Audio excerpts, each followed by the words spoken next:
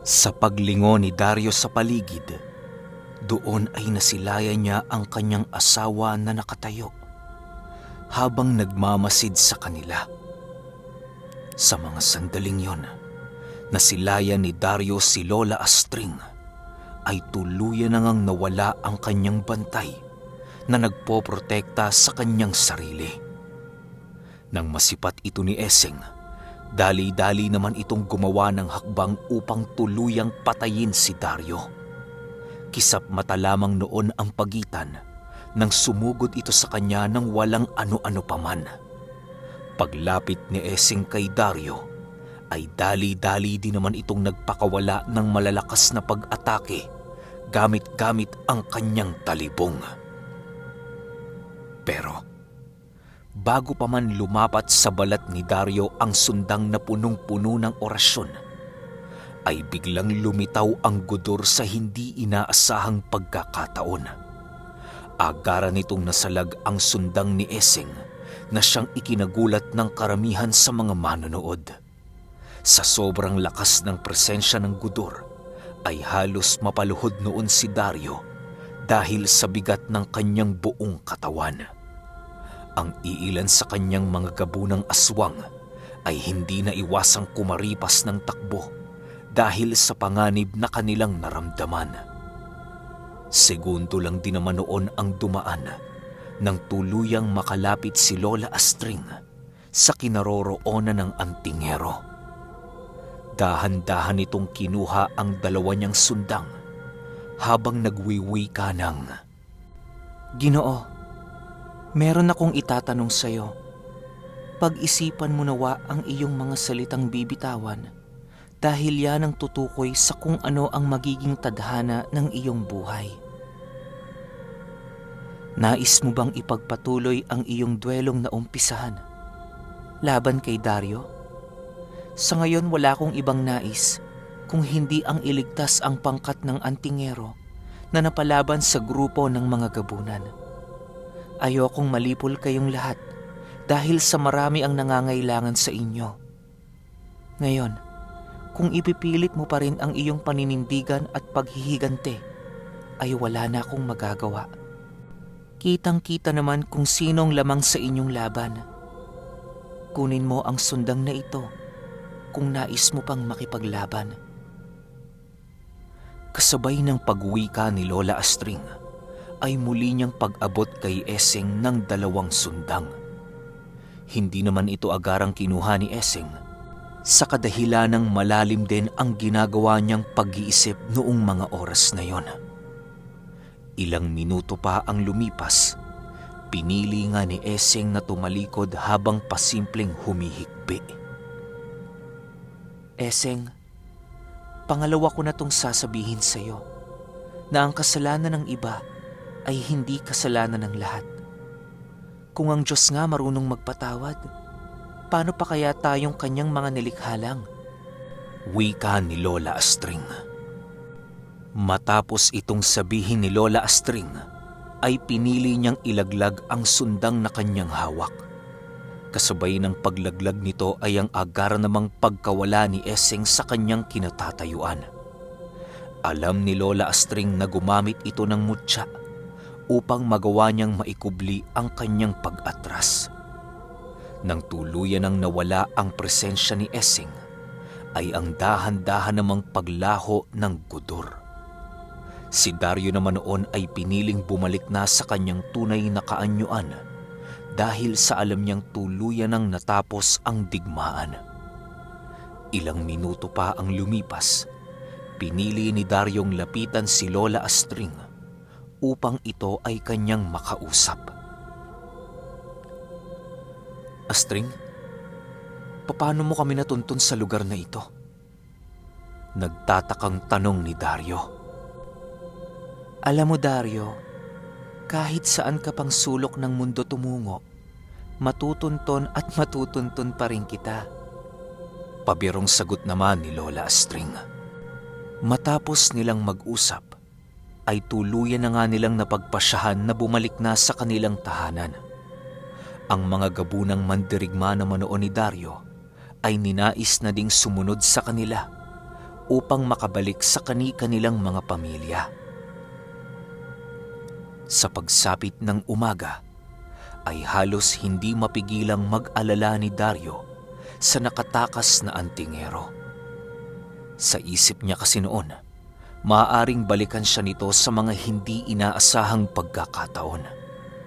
Sa sobrang pag-iisip noon ni Dario, ay halos hindi na niya nagagawa ng maayos ang kanyang mga gawain na siyang napansin ni Lola Astring.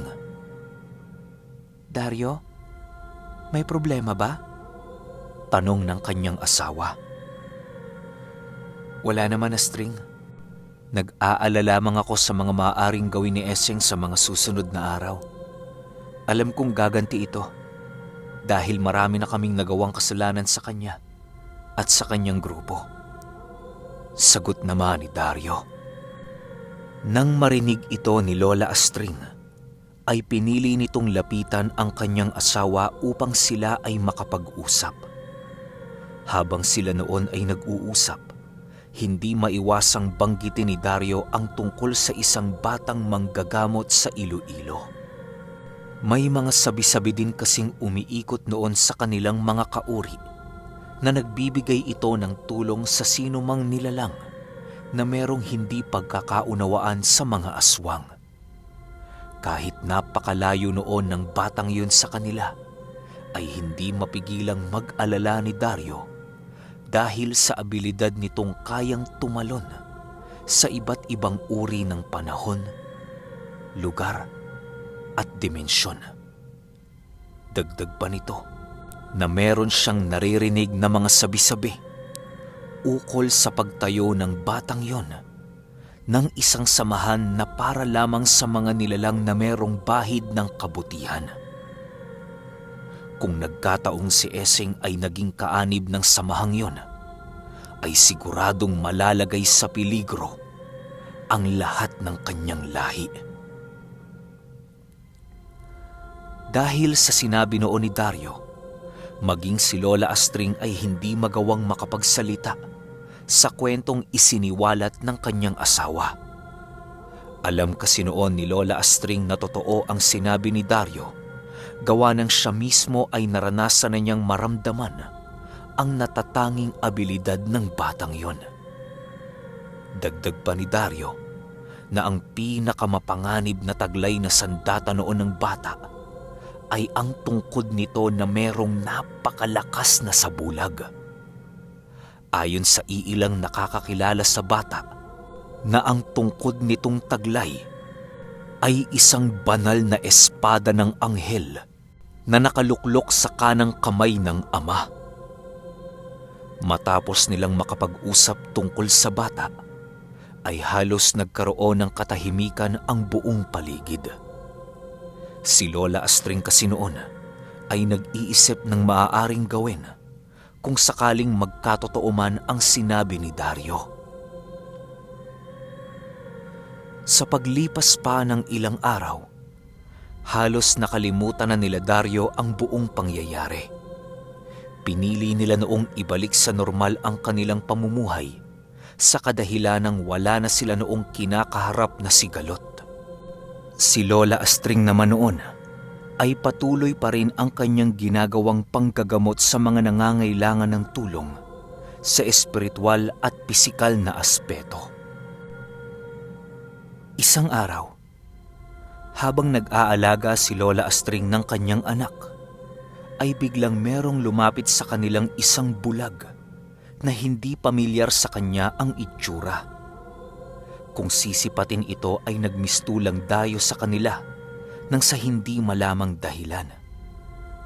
Isipin nyo na ang huling baryo bago marating noon ang baryo nila Lola Astring ay milya-milya pa ang pagitan. Labis-labis itong ipinagtaka ng asawa ni Dario sa kadahilanang alam niyang imposible para sa isang bulag ang maglakbay sa napakalawak na kagubatan ng mag-isa. Habang patuloy niya itong inoobserbahan, halos hindi niya mawari kung papaano nito nalaman na isa siyang manggagamot. Ilang minuto pa ang lumipas, Pinili ni Lola Astring na ito ay kausapin ng masinsinan. Ginoo, hindi ako nakikipagbiroan kapag ako ay nanggagamot.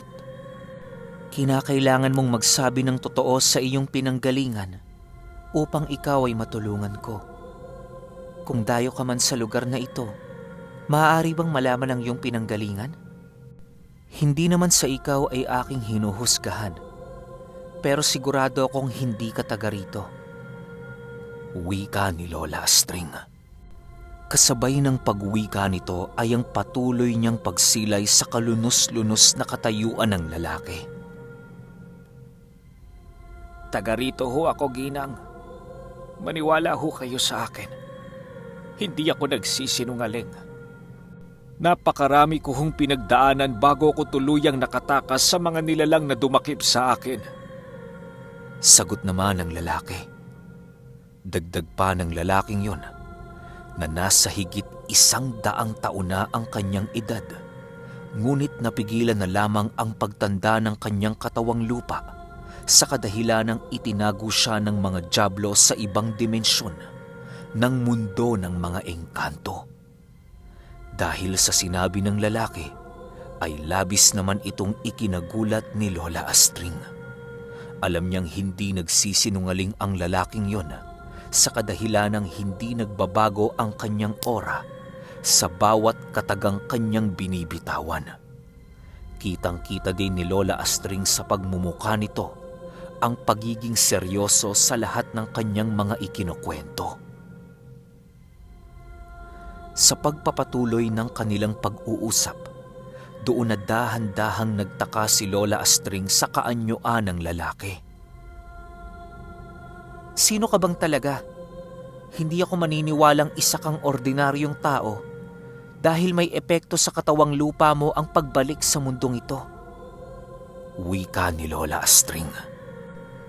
Ayon kasi kay Lola Astring, na kapag ang isang ordinaryong tao ay nakulong sa ibang dimensyon sa loob ng mahabang panahon, ay napaka-imposible na para sa kanya ang muli pang makabalik sa mundo ng mga tao. Dahil sa oras na muli siyang tumungtong sa mundong yun, ay tuluyang maaabo ang kanyang buong katawan bago pa man sumapit ang umaga. Isa kasi yung sumpa na nagbabawal sa mga ordinaryong tao na tumagal sa mundo ng mga engkanto. Mabigat ang kaparusahan sa kapangahasang yon na buhay ang magiging kabayaran.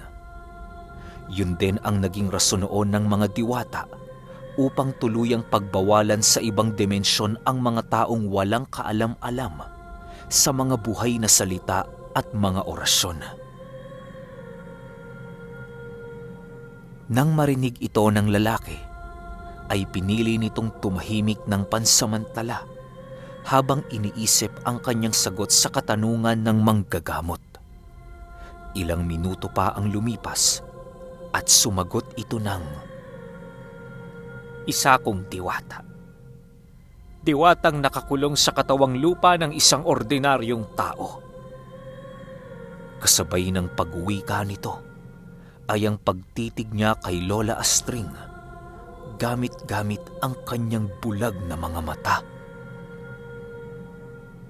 Kasabay ng pagsilay nito kay Lola Astring ay ang kinang ng mapuputi nitong mga mata na parabang ito ay nakakakita. Sa pagrinig niya noon sa sinabi ng lalaki, ay agaran din namang bumilis ang pagtibok ng kanyang puso. Unang beses kasing mangyari yon kay Lola Astring na mismong diwata na ang nanghingi sa kanya ng tulong. Matapos nitong makapagsalita ay niyaya nito si Lola Astring na tunguhin ang kanilang silid upang sila ay makapag-usap. Bago pa man sila pumasok sa silid na yon, ay ninais na muna niyang ipagpaalam ito kay Dario upang hindi nito magawang magtaka sa kanilang ginagawa. Pasensya na ho kayo, Ginang Astring, kung dito ko pa nais na ikaw ay makausap.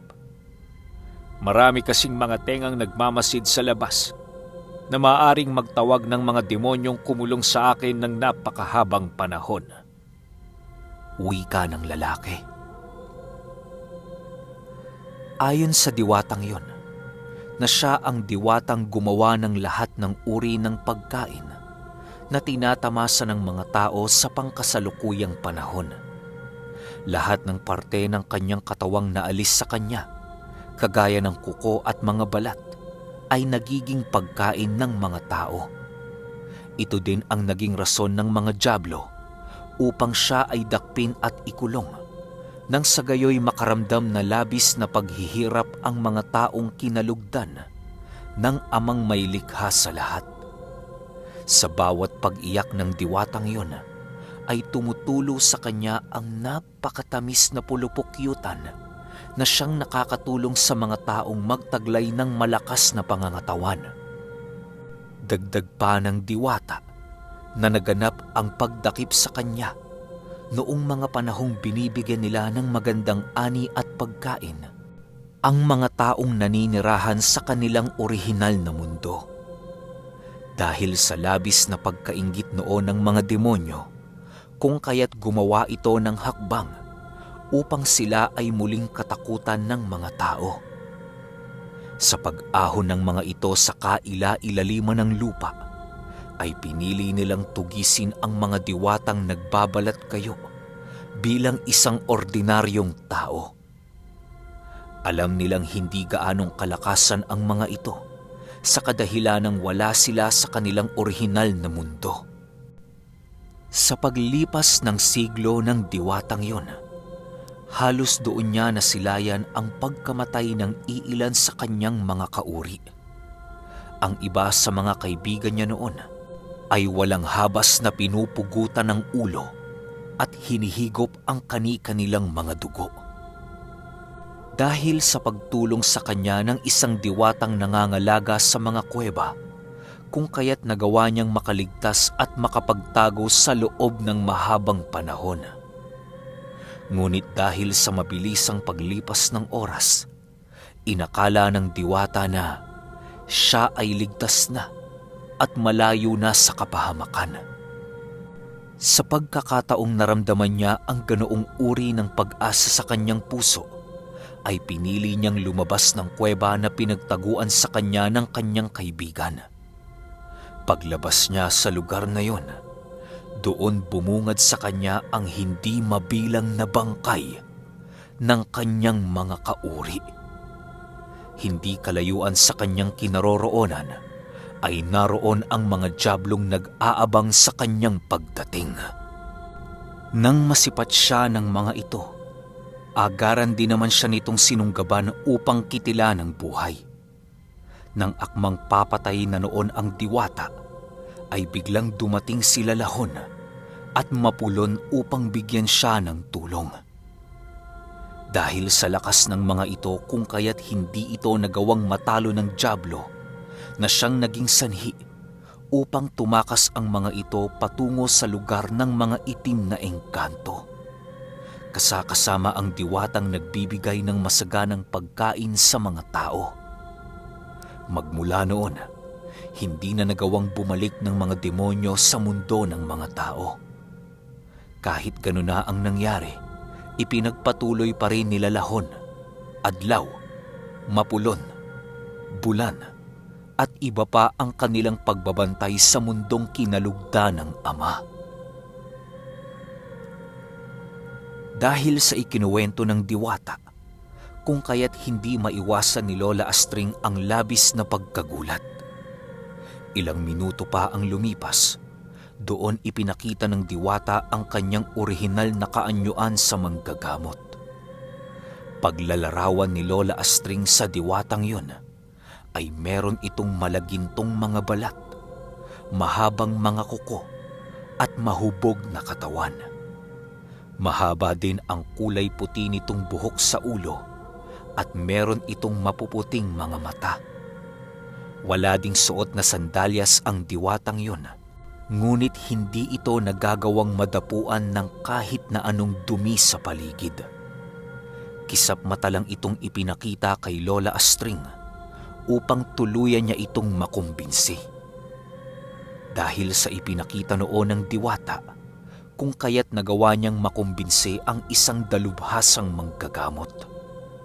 Dagdag pa ng nilalang na yon na sa paglitaw niya sa mundo ng mga tao ay merong ipinadalang isang anghel ang Ama na siyang makikipaglaban sa mga dyablo kung ito ay kinakailangan. Uusbong ito bilang isang batikang manggagamot na merong kahusayan sa lahat ng uri ng pakikipaglaban. Ang tanging palatandaan sa manggagamot na yon ay walang iba kung hindi ang napakaputi nitong mga buhok. Nang marinig ni Lola Astring ang sinabi ng diwata, ay halos agarang pumasok sa kanyang isipan na yung batang taga Iloilo ang tinutukoy ng diwatang yun. Napangiti na lamang siya noon nang muli niyang maalala ang isang maamong bata na naroon sa saudan ng isang bayan sa Iloilo. Sa pagpapatuloy ng kanilang pag-uusap, doon tinalakay ng diwata kung ano ang maaaring gawin ni Lola Astring upang siya ay matulungan. Alam kasi ng diwatang yon na madali siyang matutunton ng mga dyablo sa kadahilanang meron itong kakayahang makaamoy sa hangin ng mga bakas ng kanilang uri. Ginang Astring, wala namang problema kung hindi mo paunlakan ang pagtulong sa akin. Nakasalalay pa rin yan sa'yo. At pangakong igagalang ko kung anumang desisyon ang sasabihin mo. Wika ng diwata. Kasabay ng pagwika nito ay ang pagngiti niya kay Lola Astring na para bang nagsasabing wala siyang dapat ipag-alala. Ilang minuto pa ang lumipas.